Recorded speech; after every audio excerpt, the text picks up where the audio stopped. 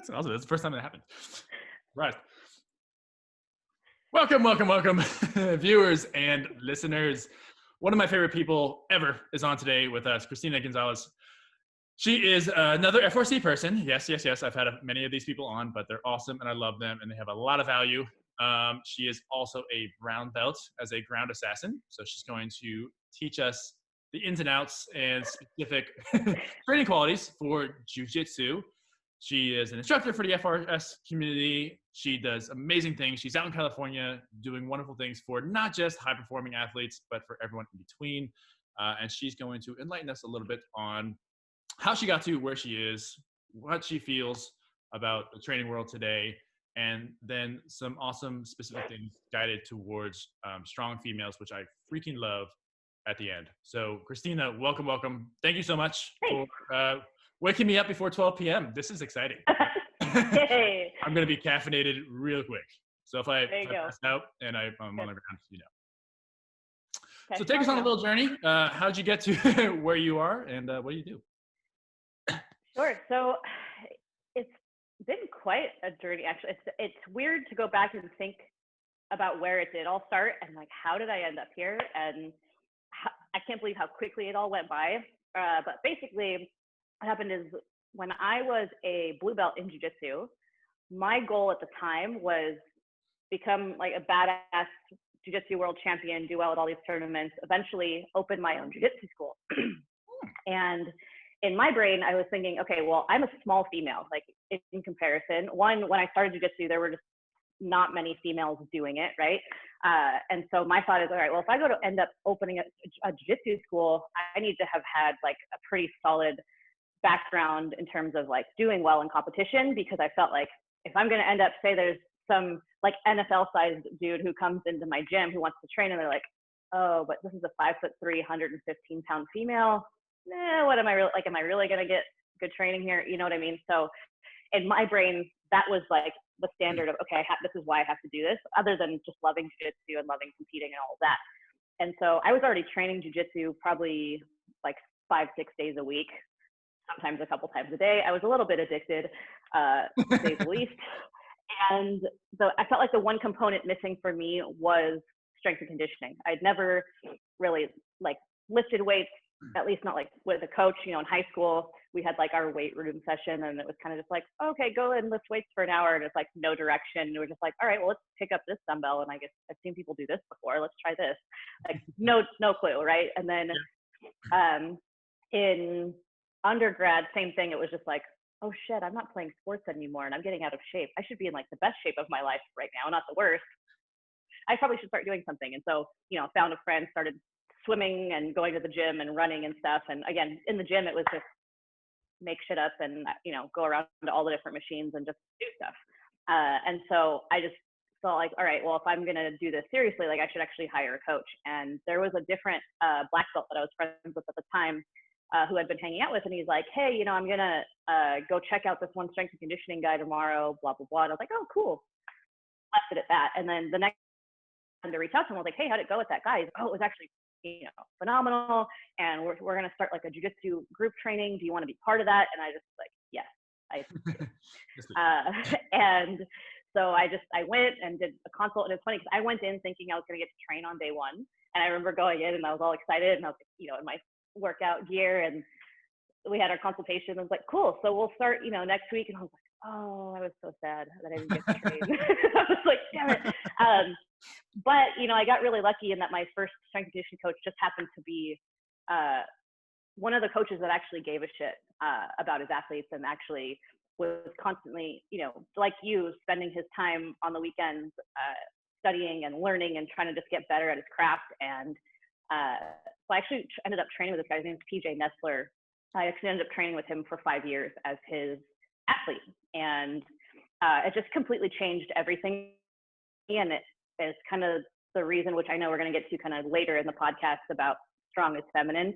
But it just changed everything for me in terms of like my own perception of myself and what I was capable of. Even having grown up doing martial arts like since I was 5 years old, you know, and having that sort of different mentality already, it still furthered that kind of confidence in myself and, you know, all of that. And so anyway, I had been working with him, and then he ended up breaking off an training business, and obviously all the clients followed him, and then he actually got picked up by XPT Life, which is Laird Hamilton and Gabby Reese's company, and so they had hired him out.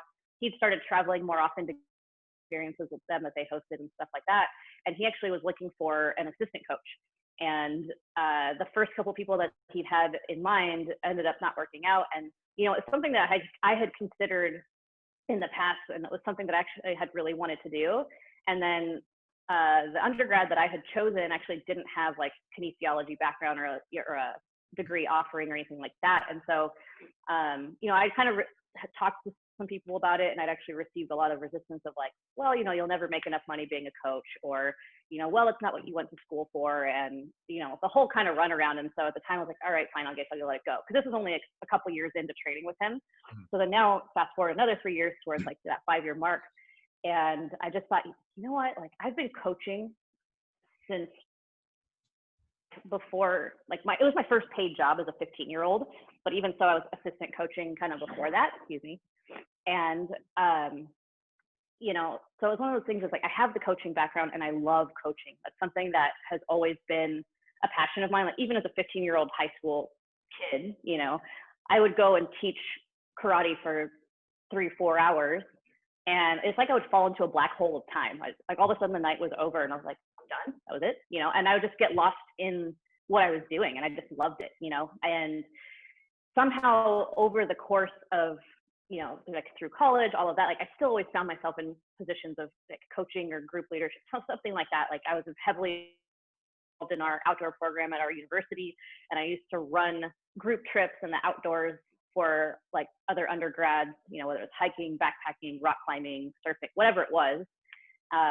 And so it's like, oh, cool. Okay, I'm going to do that. And then with jujitsu, originally I was really excited about just being a student again. I was like, yes, I get to just show up and train. I don't have to coach. I don't have to plan. I don't have to do anything. I can just show up and train, and it's awesome. And then maybe a year later, I started coaching jujitsu as a blue belt. And I was like, well, that didn't last long.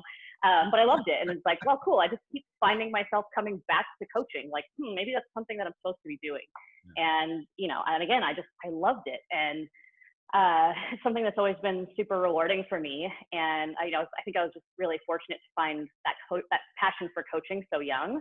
And so I came to a point where PJ wasn't really sure kind of what he was going to end up doing. And I just was, literally in my own running dialogue in my brain was like, just say it. Just say it. Like, look, the worst he can say is no. And so finally I just sat there and I was like, well, what about me? And he was like, you really? You want? Okay. And so then we actually ended up having like a legitimate conversation about it. He's like, I'm going to talk to these people, blah, blah, blah. And yeah, let's do it. And then it's funny because after we had like the longer conversation about it, he's like, I don't know why I didn't think of this sooner. Like it makes total sense. You've been training with me for 5 years. He's like, my standard of coaching, my programming, you understand like what I expect out of my coaches. He's like, because I was always I'm not trying to toot my own horn, but I was that athlete that I just never missed a training session. I just loved it so much, and I always got so much out of it that I would get there at whatever cost. Like my car would break down on the way to go train with him, and I would be so upset. And then I'd be like messaging like, can I come in later? Can I come in tomorrow? And so it's like, yeah, sure, that's fine. Like I can give you what you're supposed to do, blah, blah, blah. So I would still just go. And so it was to a point with him where even, before this, if he had to leave for something and he had another coach running our jiu-jitsu group session, he would tell that coach, if Christina's doing something differently, don't correct her because you're probably wrong. Because it's just like, I'm super attentive to detail, and I'm really, as my husband likes to call it, I'm very particular. And so, well, no, if PJ didn't tell me to do it that way, I'm not going to do it that way. Sorry. And so, the coach would be like, oh, we do it like this. And I got to a point where like, I just I wouldn't tell them no, I would just do it the way PJ showed me. I'm like, yeah, no, I'm not doing that. And so it was one of those things that then, PJ took me on, and we spent a lot of time like one-on-one during the week, talking about programming and why we do things and all that kind of stuff. And so I ended up becoming his assistant coach and working for him actually for probably less than a year before he decided he was going to be going to XPT full time, which was a super great opportunity for him. And it worked out because then at that time, one of his colleagues whom I'd met years prior a few times had reached out to him and was like, hey, what's Christina up to? Because I'm going to be opening this facility and, you know, I like hire a lot. And it ended up just being perfect timing of PJ, because PJ was planning on incorporating me somehow into XPT, because he's like, yeah, I'm not going to have just hired you and then be like, yeah, okay, cool, thanks for the help, peace, I'm going to shut my training business. He was planning on like incorporating me into that somehow. So he's like, you know, you can do that, but you'll kind of have to shift gears as to what it is that you want to coach, or you can go and work with this guy and, you know, what have you. And so I ended up going and working for that guy as well. And, you know, this is one of those things that as a coach, obviously, like you never stop learning, right? And if you stop learning, then, you know, yes. you catch my drift. So it's just like, you can't do that, you know, because there's always more to learn. And then it's kind of that white belt mentality of just, you know, you can learn from anyone and you can always be doing something better. Like, how can I continue to improve, not just for myself, but for my clients, right? I had actually signed up for a different continuing education course that was going to be hosted in Los Angeles. And I went and I felt so out of place. I was just like, I didn't go knowing anyone and was just like, and what was funny is not long before that, PJ had been like, yeah, there's, you know, I'm thinking about taking this FRC course in September. There's this guy, Hunter Cook, that I really want to meet, blah, blah, blah. And I was like, cool, man. Like, I had no idea what it was. Yeah. Didn't know who Hunter was, nothing. I was just like, okay, cool. Well, funny enough, at this other seminar, the guy that was running it was like, yeah, you know, Hunter, can you come up here real quick? And everyone seemed to know who this guy was except for me. And I was like, So the guy running the seminar had Hunter come up and show just like a body weight overhead squat. And like Hunter just moves so smoothly with zero restriction and drops into this perfect. And I was like, what does that guy do? I need to know. Like, and I was like, this has to be that guy. And so I was like texting PJ, I think that guy Hunter you were talking about is here.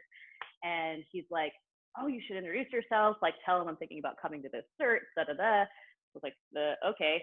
Well, also funny enough, when I was first getting into like coaching in the fitness realm and things like that, this other guy, Andrew Serrano, had like DM'd me one day. He was like, hey, you know, like if it's possible one day I'd like to come and just like shadow you, blah, blah, blah. And everything like, why do you want to shadow me? Like, I haven't been doing this for very long. Like, what do you mean? And so I was just kind of thrown off. So anyway, that guy, Andrew Serrano, was also at this. I didn't know what he looked like, but we were at lunch, I think on day one, and he's like, are you Christina? And I was like, I'm sorry, what? Yes. Who are you? And he's like, oh, I reached out to you on Instagram, blah, blah, blah. Oh, yeah, sorry about how I responded, man. I was just totally confused. Like, I didn't know what you wanted from me. And, you know, with Andrew's another one of those that just is constantly trying to learn and better himself so that he can continue to offer better service to his clients. And that was just his goal, was like, oh, I want to just come and see what you do and whatever. So anyway, it turns out he is like best friends with Hunter Cook and went to school with him and like lives in the same building as him. They work in the same gym space. And I was just like, what are the chances? Wow. So anyway, so Andrew ended up introducing me to Hunter, and I was so intimidated because, you know, this was still in like Hunter man bun days. And he just looked like some, like, I don't know. It was very intimidating. Lexi and so I was just like, Lexi yeah. It's just, yeah. And so I was just, okay. And so, I don't know. I was just awkward. I'm a very awkward person sometimes. I'm sure you know this. And so I was like, yeah, okay, cool. And that was it. And then he did come back the second day. And I was like, I wanted to talk to that guy again. And he didn't come back for day 2 of the seminar. I was like, oh, damn, okay. And anyway, so then I started following him on Instagram and was trying to just figure out, like, what does this guy do? Like, I want to know what he does that he moves so well. And so I just started following him. And around that time, he had just launched his in-person kin stretch classes in Long Beach. Oh, okay. And so I went that route first and was like, hey, can I, you know, come to a class? And I'm still ashamed of it to this day, but I was that person that on day 1 I showed up late. Like, I got caught in traffic. Nice. And I missed like the whole spiel in the beginning, and I just had to like jump in, and I think they're still in the middle of cars, I don't remember. And I was just like, oh, this is embarrassing. Like, this is the first time I'm showing up to this guy's class and I'm late, and I hate that. So anyway, it kind of continued from there. So I had connected with Hunter, talked to him a little bit about what I was looking for. I'd had this closing angle pinch in my left hip that I just could not figure out what to do about it. Like everything that I was doing was hurting. And I went from doing all of the things to just doing all of those things and hurting. Okay. Like any kind of squat that I did hurt, even in jujitsu, holding side control, bringing my knee up to the side, like that hurt my hip. And it was so frustrating. And people were like, oh, try this mobility WOD and do this. Like, and none of it worked. And I just was kind of at my wit's end of like, I have no idea what to do. And Hunter just goes, sorry, if you hear my dog barking, he just likes to hear his own voice. Simba. And sorry.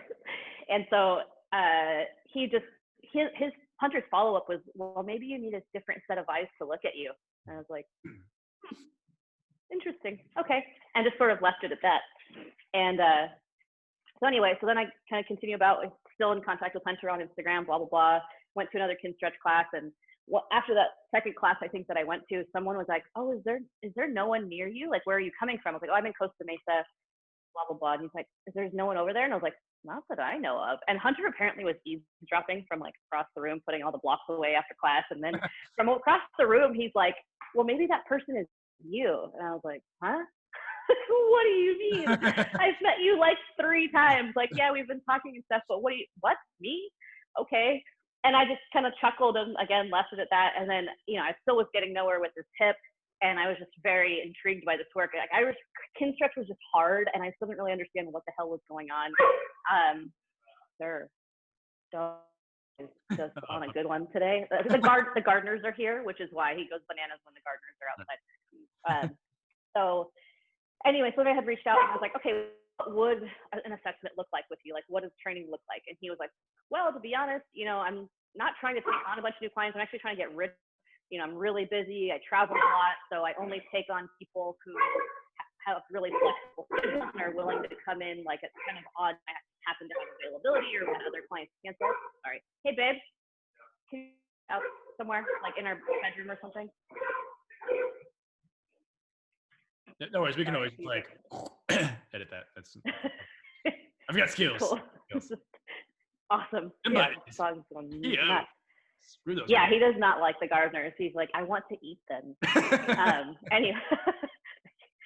Anyway, so yeah, so then I was like, well, that actually works out well because I was still very new in the training business and kind of getting started and, not at a point where I was like super financially stable in that regard to be able to pay like another coach and all this stuff. And so I remember thinking like, well, that's actually great for me. So it'll give me time like in between our training sessions to save and then to be able to pay for it and yada, yada. So I ended up starting with him, and immediately, like day investment, my mind was just like,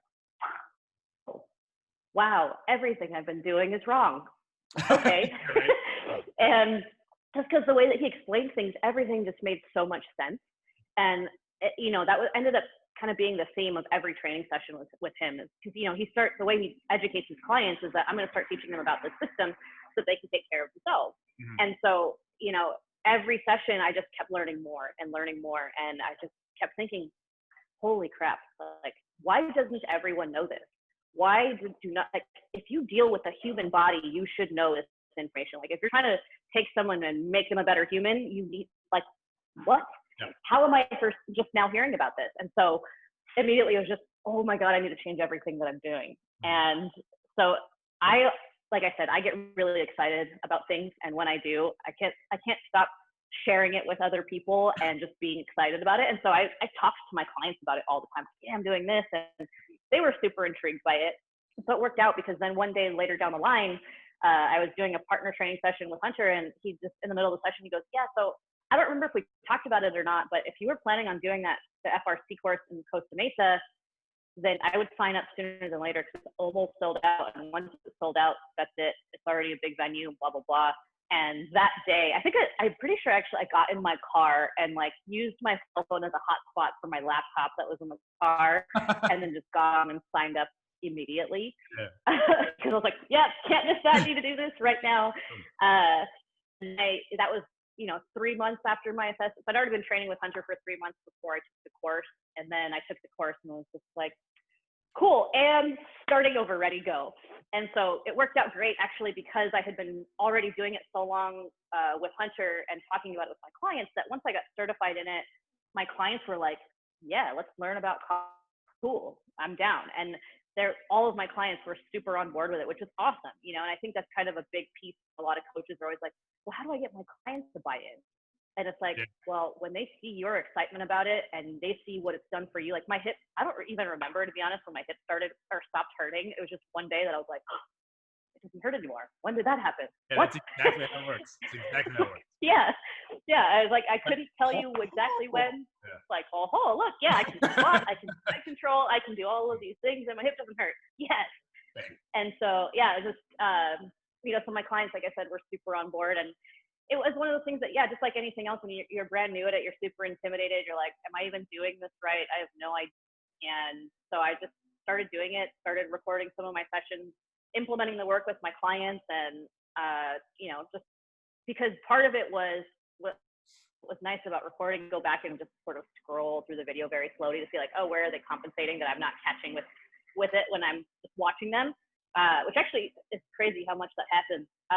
But then I just kind of started putting it out there and getting more interest. And even so, like, I know everyone can list themselves as a provider, like whenever they want, as soon as they're done taking the course. But I was still like, yeah, hell no, I am not ready to take on. Like, I'll start dabbling with my clients, but if someone reached out to me specifically for this, I'd be like, yeah, I don't know about this. So I actually waited another 3 months, I think, after that, until I actually listed myself as a provider on the website, just because I wanted to actually in what I was able to do with people before doing it. Right. And yeah, I just went full on down that rabbit hole, and I still haven't come out yet, which I'm okay with. So, you know, it just turned into one thing after another. That I think, so I took that course in September, and then in that January, I took Kinstretch, where it's in person, and then we took FRA, and then we shared a house together. It was the best thing ever. And it wasn't on MTV. It was what? Wasn't on MTV. It was a random house with random people, and it was not on MTV. Could have been. Right. Could have been. Could have been. Yeah, and so just after that, I suppose now all of a sudden this is kind of where I'm at, and now it's all that I do with my clients, because it reached a point for me coaching that this work is what brought me the most joy as a coach, and I felt like I actually got to educate my clients and teach them about themselves and get people out of pain, or get people to do jujitsu better, which every jujitsu player wants to do jujitsu better. And so it was one of those things I was just like, man, I really love this. And I found the traditional strength training side of it, it wasn't as rewarding for me personally anymore to coach it, at least not in the setting that I was, because for me, I'm to be totally like transparent here, I just felt like I was paid baby. Yeah. And I hated it. Because I was following someone else's programming for their clients, and I was just the one that was running the session. I didn't even have their programs myself. And I just, you know, I was like, yeah, I hate just following you around the gym to make sure that you're doing this thing right. And I was like, I don't know, it was time. And I was like, all right, it's time for me to fly. And luckily, you know, the people at Naples Fit in Long Beach are just amazing people. The owners there, Dave and Melissa, you know, Dave is someone who's also taken FRC. He's taken, I think, all of the FRs now. So he's on board, like people in that gym. I think most of the trainers, if not all of us in that space, maybe all except one, have all at least taken FRC. And so it was really nice from being like that one person in the gym that was like doing weird stuff in the corner. Now based that like people know what's up. You know, Hunter is there, Andrew is there, you know, and we're all kind of, you know, training our clients in some similar fashion, you know. And so they took me in, and it's been phenomenal working there, and I'm super grateful for them. I'm excited to be able to get back with all of them as well. But yeah, so now I'm training people out of Long Beach in the same space as Hunter, which is really fun because we can just have like training, you know, joint training sessions together, and it's just like, let's try this, and oh, let's see about this setup, and oh, and it's fun. And so it's been a huge game changer, and it was one of those things that I was like, okay, I'm going to sink or swim, but I think I'm going to swim. So I just went for it, and it was the best decision I ever made. So yeah. There's so much to pull from that. I think that's my favorite intro by far. I've been a huge that was a lot. Awesome. That was. No, it's awesome. And this is going to be an excellent, probably part 1 and part 2 podcast here. I think one of the biggest things from that is it's almost like looking in that mirror. You're a little prettier than me, but it's like looking in a mirror. When you're just so excited, you want to tell everything about it. Like some people are just like, okay, God, Colin, can you shut up again? Like you're always talking about this FRC stuff. Shut up. Yeah, but just like, this is so good. Like it's helped me. Like I just want you to feel better. Like you're like a dog. Like, come on, please let me out. You said the word dog. Like Yeah. it's just that excited. When you get so excited about something, it tells you need to go in that direction. Whatever Yeah. it is, you have to go in that direction. And then when you dive down that rabbit hole, when you feel that much better, when you can apply that to people, make people feel that much better, get out of pain, do whatever they want to do better, right? Do anything is the FRC slogan thing right there. Or make shit work nice, which is the other one. It's just, it's one of those things. I say the same thing, like, why doesn't everyone do this? But then it's on our coaching job, the art of coaching, to then apply that and communicate it effectively. And that's one of those things that we talk about in every FRA family session is like, we're all super excited about this. We all know how good this is, but we still have resistance when it comes to weird, funky training. And I think if you're in the area where Christina's at, California, Naples, one, that gym's awesome because I've had amazing times every time I've been there. Especially with B Foxy just destroying my forearm and telling me how bad I am. But I love that guy. To be in an environment in there, even just to go shadow, if you're a coach in the local area or just an upcoming fitness professional, I think that's on the far end of the podcast. Go shadow something. To be in an environment where every single person is doing that high quality work, you can only learn. Like I would pay $500 to stay there for the whole day and that'd be fine. Like a whole nother certification fee just to be around like Christina and Hunter, just banter and like you see one new position you've never thought of because you just don't have that perspective is gonna be really worth it. What else can I pull out of that? So many things. And then towards the end where the Strongest Feminist coming, I heard you just wanted to be that badass female, which I think a lot of people do for any other reason, but I think they're all gonna be really good reasons. And then females in the coaching world. Right? Because you talked about how if someone really big is going to come in and be like, oh, what's this little scrawny girl going to do for me? Right? I think I've seen that all the time. I've seen it a lot in my strength and conditioning world when I was in college. You see them finally breaking into the professionals field. I know the NFL coach was a big one with the 49ers, right? Yeah. And all these things they're starting to prove, which shouldn't have to be really proven that, like females can do it too, right? Because you could be a scrawny dude, and there's no way in hell you're gonna hold on to an NFL linebacker's leg. Like I'm pretty sure Hunter has. Dude, that's gotta be. Yeah. Yes. I've seen the NFL. That's guys. always such a trip. Is that anyone? They're huge. They're huge. It doesn't matter if you're a guy or a girl. You've got to be a freaking tank. You got to strap them up to a truck, and then have that truck go that way to provide the effort for the rest of the team. That's the only way to do it. It's not a male female. Sure.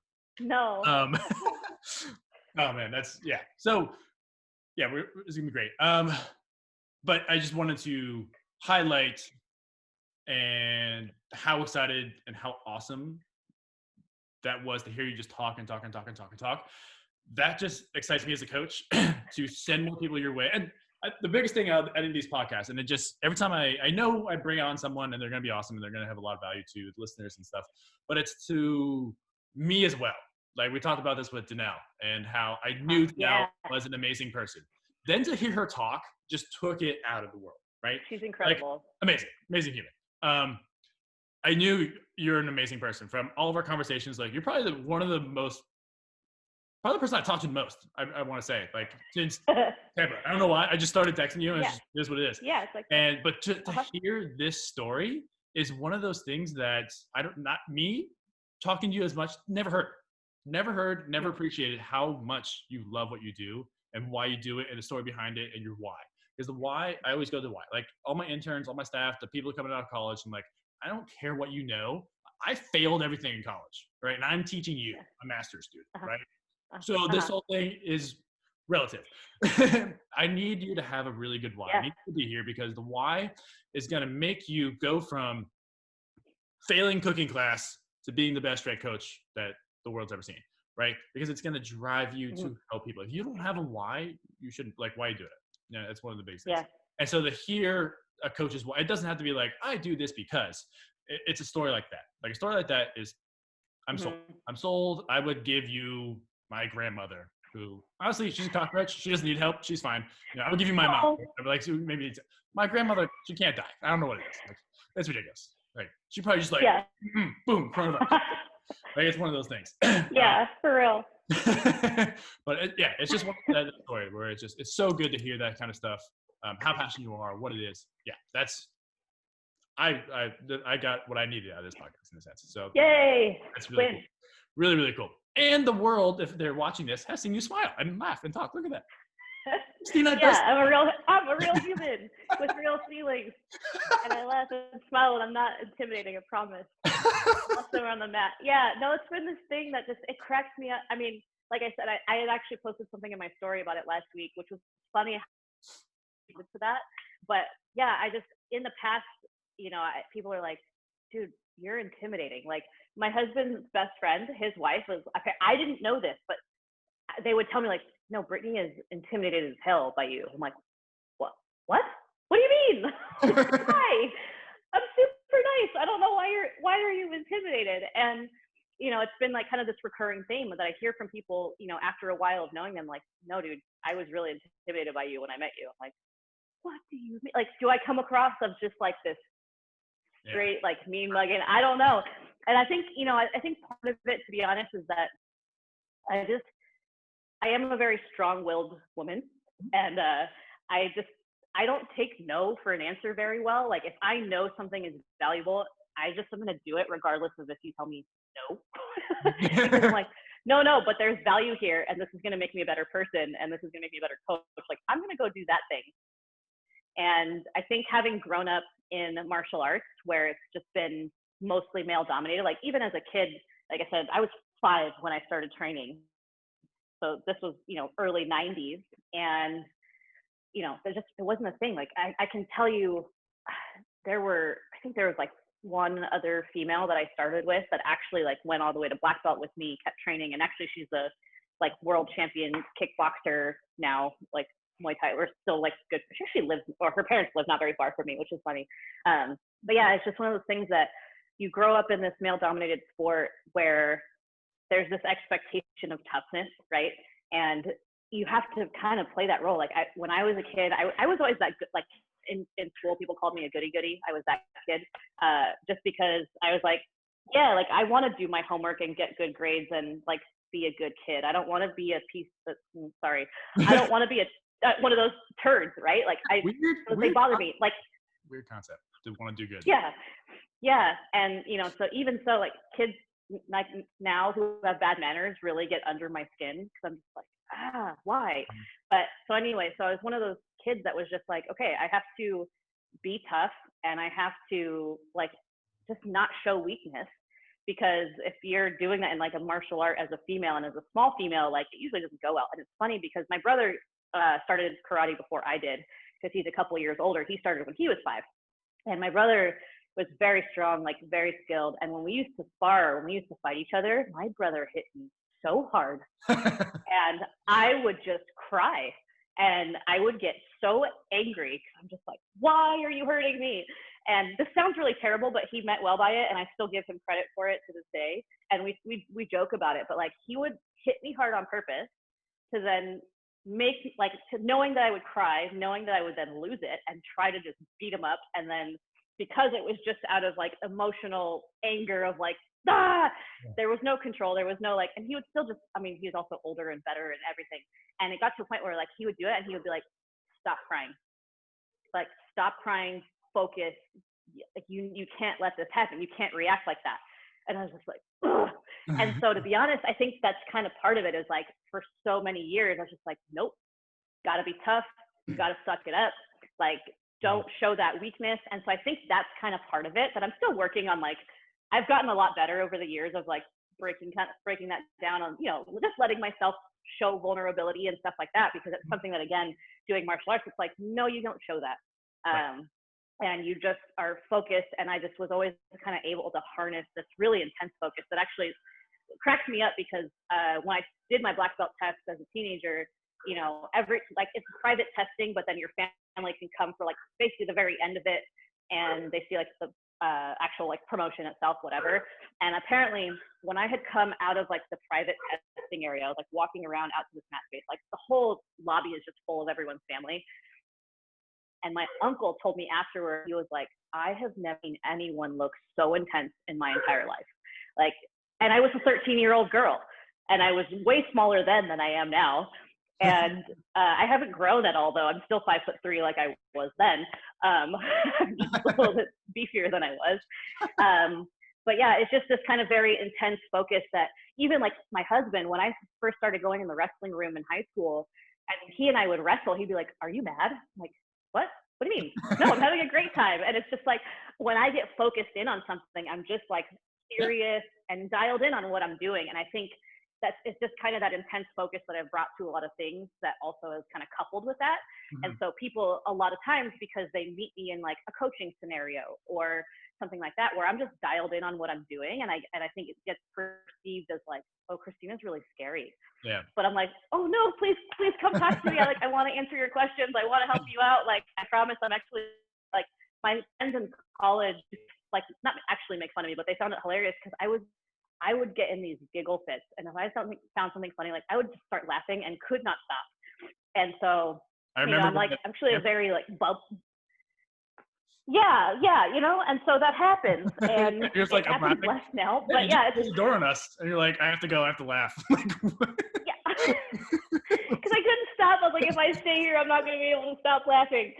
Yeah, for real. And so it's one of those things that just cracks me up, because when people actually get to know me, it's like, "Oh, you're actually a really nice person."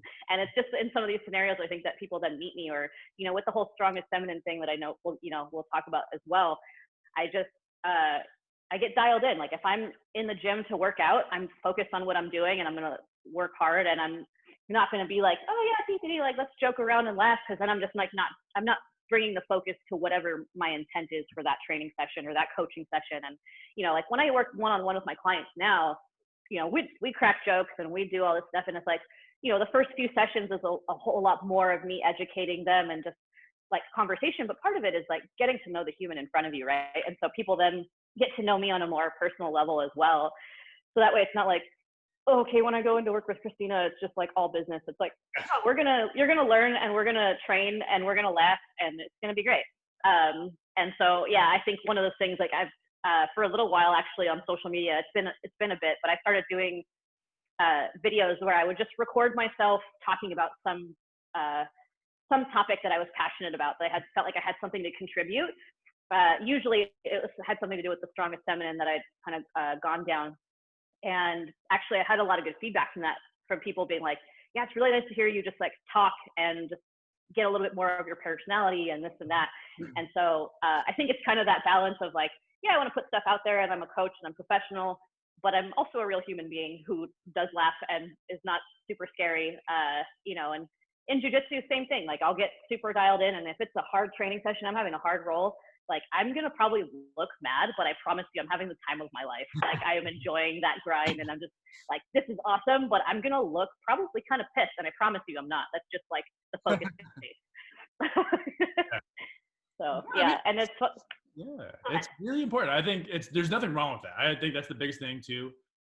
If anyone else is hearing, listening to this, watching this, and you're connecting with it, there's nothing wrong with that you bring to the table, because that's very hard to find. It makes me think of a conversation I had with another one of my staff about why she's getting out of traditional occupational therapy in umbrella systems and doing her own thing, is because of this like distracted 50% nature of therapy in general, like OT, PT, when you're just kind of like, you're getting herded in like sheep. And she wants to do her own thing because she wants to be there. She wants to give 100%, and she wants to have that. And I gave the analogy to like a personal trainer. It's like, imagine if I'm just on my phone the whole time or looking at this and and then you're like set 3 of 8 and then boom, gone. Like that's not what you want. That doesn't create effective coaching at all. So the ability to have laser focus is super valuable, and you're bringing something to the table that not a lot of people can have, right?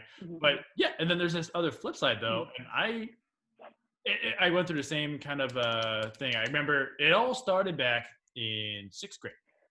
at sixth grade dance. And, Oh. and I remember the cool kids were on the side. Right? Cool kids had their arms crossed. They're up there. They're just drinking their Kool-Aid or whatever. It wasn't non-alcohol at that time. And Yes. dancing wasn't cool, right? But I loved it.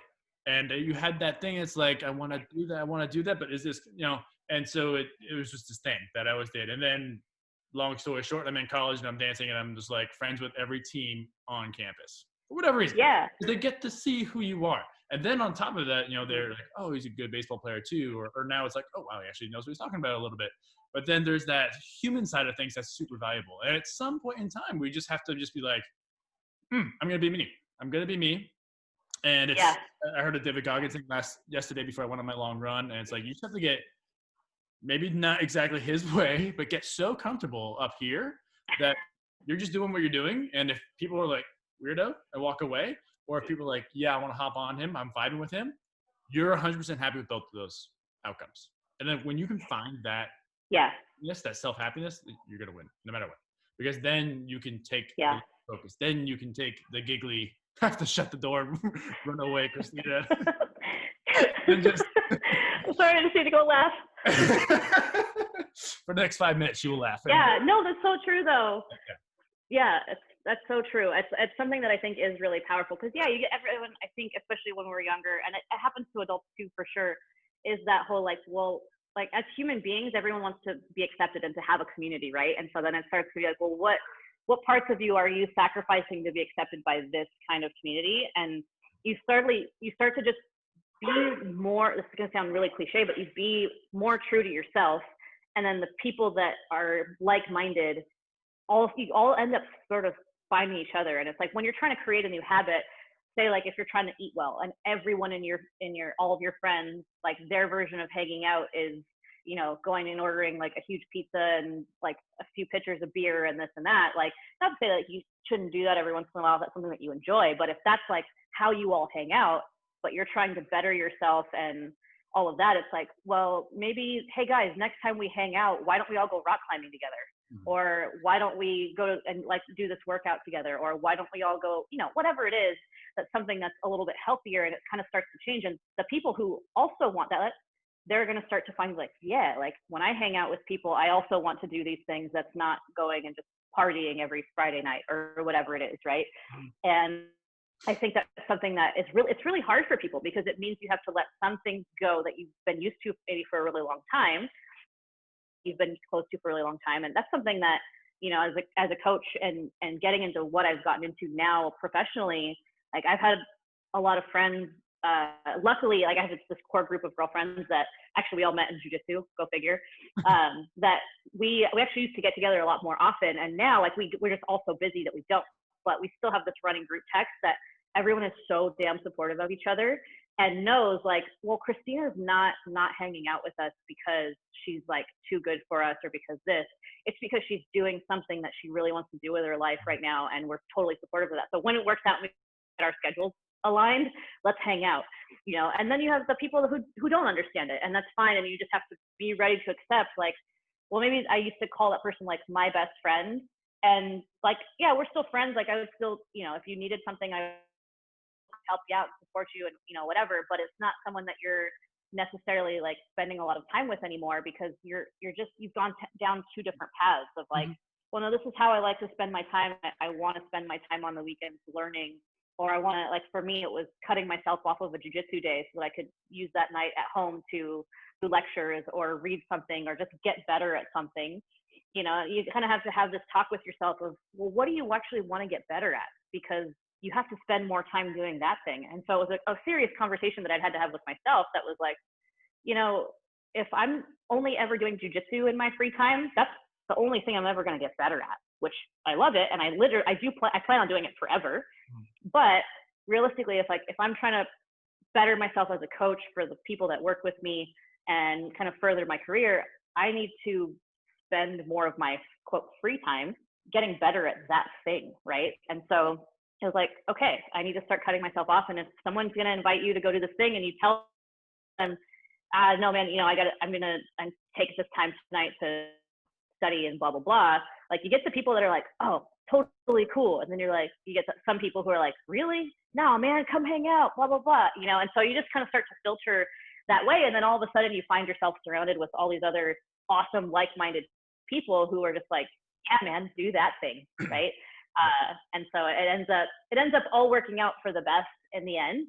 And yeah, you got to just be true to yourself and show more of your personality and engage that with people. And that's it. Like it's hard. It is harder doing than it is like how it sounds coming out right now. It's like, yeah, just do it. Sure. And but I recognize that it is super challenging to do too. Yeah, I found the same thing with the group I climb with. It came in a weird way where a person I was training referred in a friend. She had like 2 personal training sessions. One was an assessment. The other one was going to be a training session. I saw that she posted on social media that she wanted to be a coach. She just dropped her job. I was like, "Ooh, you're awesome." So I hooked her in. Boom, boom, boom. She's this OCR runner, climber person. Took me climbing, and I was like, "Bang!" And then I found these people that had that ratio of what I wanted to do like mapped out. Like they climbed, physical, climb, boom, and then went for a few beers, and then climbed it, and went like it wasn't extreme. It was just this. I was like, "This is already made. Like this is pretty made for me. Like it's awesome. I'm just gonna buy it, take my money." Hell yeah! And it worked out well. And it's that same thing. You're looking for this thing, and there's like little voice inside like kind of tugging you in a direction, and it's harder to do than said thing, but to really just like go, and it's not all in, but it's going all in that direction, because that's where happiness is taking you. It's pulling you in that direction, and that's ultimately where you need to be. Because when you start doing it, you're like, wow. It goes from 0 to the night's over, and you're like, just like you in coaching. And so those are the big things. Yeah. I mean, that's absolutely. Yeah. It's one of those things that like, you read about it and you're like, yeah, okay, that's cool. But when it comes down to whatever it is that you want to be doing, you have to commit to it and just shut out the people that are like, no, don't do that. 'Cause like I said, when it came to coaching in this realm, there were so many like, when are you going to get a real job? When are you going to have kids? When are you going to make, how much money are you going to make doing that? And it's just all of these like, so, and it's family too, right? Like it's family, it's friends, it's just people that are like, there's all of these norms of like, this is what you're supposed to do. And this is when you're supposed to do it by. And it's like, bullshit, man. No, like, this is not what's going to get me what I want right now. Like, that's not my goal. And just because that's your goal, like, cool, I'm all supportive of that. Go do what you want to do, but don't try to put that on me. Right. So it's one of those things that like, it was hard because it's just like, yeah, when it's coming from like your own family and stuff like that you're just like, but you're supposed to be supporting me. Like, come on. And like, I love my mom to death. I think my mom and I are like closer now than we've ever been, but it's kind of funny because actually, I think probably 2 years ago now, we were having this sort of conversation and I was telling her like how rewarding it was for me to finally feel like I'm doing what it is I'm meant to be doing. And I love it. And that it was, satisfying for me, as terrible as it sounds, to kind of almost prove those naysayers wrong of just like all of the people for so long that were kind of trying to bring me down and bring me back and whatever, to now just be like, yes, I'm doing it and I love it and it's this. And I wasn't even directing it at my mother, but she just literally like stops and she's like, oh my gosh, honey, like, I'm sorry. And I was like, what do you mean? She's like, I was one of those people. Because my mom, to be fair, my mom immigrated here from Colombia when she was like 22 years old, became a U.S. citizen, but like came from Colombia, Catholic, like in her family, it's like, no, you like in that culture, like you get married and then you immediately have babies and you do this. And it's like, I was just the total opposite of everything that she imagined. Right down to like, she wanted a girly girl and I did not discover my feminine side until high school. I was like, meh, didn't give a crap. And then, and so it's just like, oh, sorry, mom, and so we still joke about it now. But anyway, back to what she was saying is she's just like, I'm sorry, I was one of those people. And she actually told me, she's like, I can tell that you're doing now what you're meant to be doing. And I'm sorry that I ever doubted that. And I just, and it totally changed our relationship, right? Like I said, we've always been close, but I feel like we're now even closer than we ever were. Because for her, I never thought I would get that from my mom, right? Because I was just like, meh, And it's like, and I was okay with that. It's like my mom still loves me and she supports me, even though she like still thinks like, maybe I shouldn't be doing what it is I'm doing with my life. But for her to come out and say that, I was like, oh no shit. Like I wasn't expecting that, but that's really cool, you know. And so it's just like for those of anyone who's listening that's just like, I'm really excited about this thing that everyone else seems to think I won't be able to make a career out of it or whatever it is, like just keep fucking doing it. And like you said earlier, like I would spend the $500 to come and learn and hang out and spend time with you. Like you have to be willing to invest, right? It was one of those things that even when I went to work with PJ, I had just graduated from grad school and I had no money. I didn't have a job yet. I had been just celebrating the fact that I was not in school for the first time in, how old are you I was like 23, wait, no, 24 or something. And I was just like, woo, I don't have to be in school anymore. I'm going to just train jiu-jitsu all the time and hit the beach and then train some more. And then I was like, this isn't sustainable. I need to get a job. But now I'm trying to hire a coach. And so it was like, okay, but when you find the value, all of a sudden you're like, no, I'm going to figure out how to pay for this thing. Right.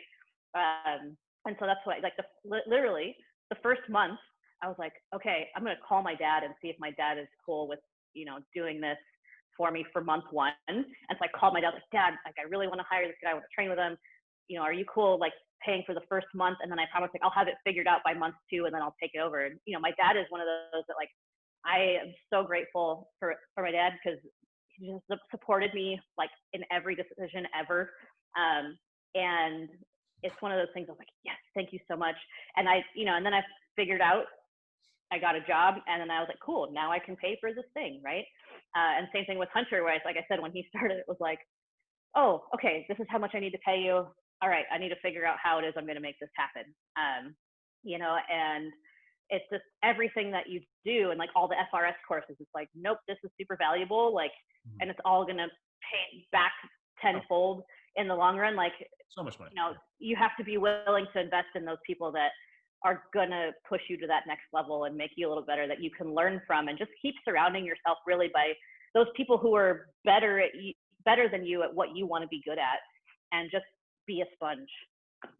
Yeah. There goes like the old sports saying, like, you never get good at playing down a level, right? If you want to play on the varsity team and you're on JV, go against someone on the varsity. Like, that's going to teach you innately these skills on how to do what they do, how to create that level of skill, of knowledge, of wherever it is. And yeah, on that, I think I have a very, similar story. Eventually we'll talk science with my parents and stuff. And my mom's like right over there. So I can say some forever, but it's the same story you had, and I think it goes to that comfortability in your head thing, where it's harder to accept, but your parents fall into that category. Your family and your friends fall into that category of things you need to be okay with. And you can't be like, this random person like said something in the comments, or this person that accepts what I do is in there. No, it's like the closest people to you fall into that category. So if they're the same ones saying, I'm like, nope, you gotta be okay with that. You just have to be okay with that and keep going.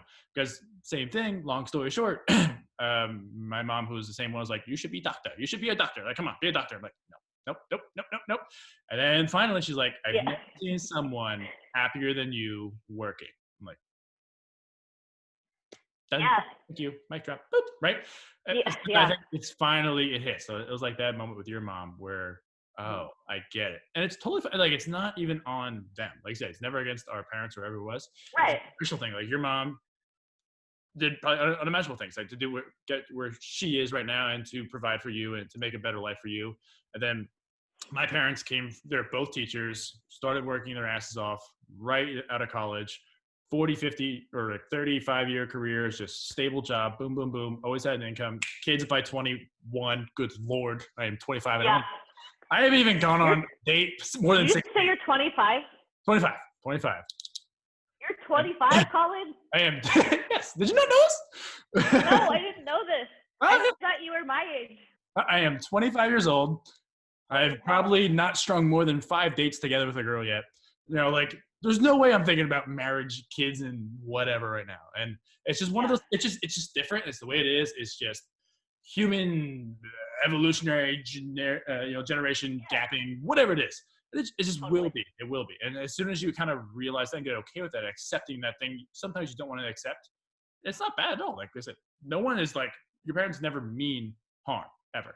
They are just Yeah. trying to like, oh, I've had stability and comfortability for what I thought was comfortable.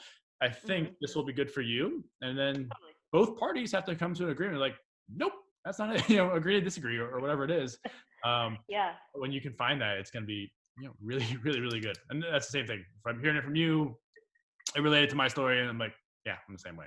Like, I love what I Yeah. do. I love like having to work. I love working every day up till 3 o'clock in the morning, reading research, while drinking a beer or like getting distracted by YouTube and just diving in, like this new toy, this new, like, how am I going to do the next cool thing or continue to provide value? And next thing you know, like an 18-hour day is gone. And like, oh, I'm only going to get 4 hours of sleep, but that's okay because I learned so much. I'm just going to apply it tomorrow. Like, I Yeah. love that. Good Lord help Yeah. me if I needed to be in a cubicle typing on a calculator or whatever for Oh gosh, 8 I hours would die. with a consistent I $80,000 a year income. But no, I don't care. Not worth it. Yeah. Give me enough No. money to afford ramen and go rock climbing. I'm done. Bam. Yeah. Good. I'm For happy. real. I'm happy. Uh-huh. So Yeah. yeah, that's no, that is perfect. That's no. Exactly. That is the biggest message. People, watchers, listeners, just re-listen to that again and again and again. And Soak it all up. whatever it is, like fitness or coaching or dancing or something that like people are just like, be stable, think about the future. Like, no, do what you gotta do, and then you can always Yeah. fall back on things later. Sure. Yep. Yeah, that's awesome. Thank you guys for listening to our part one with Christina. Clearly, she is one of the best humans on this planet, not only as a passionate and compassionate person, but also as a knowledgeable individual as well. We went on for quite a while talking, so we split this up into part one and part two. Part two, coming soon, is going to be us diving into more of the science behind the functional range conditioning and the jujitsu. So keep an ear out and an eye out for that. Thanks again for listening. I appreciate you all.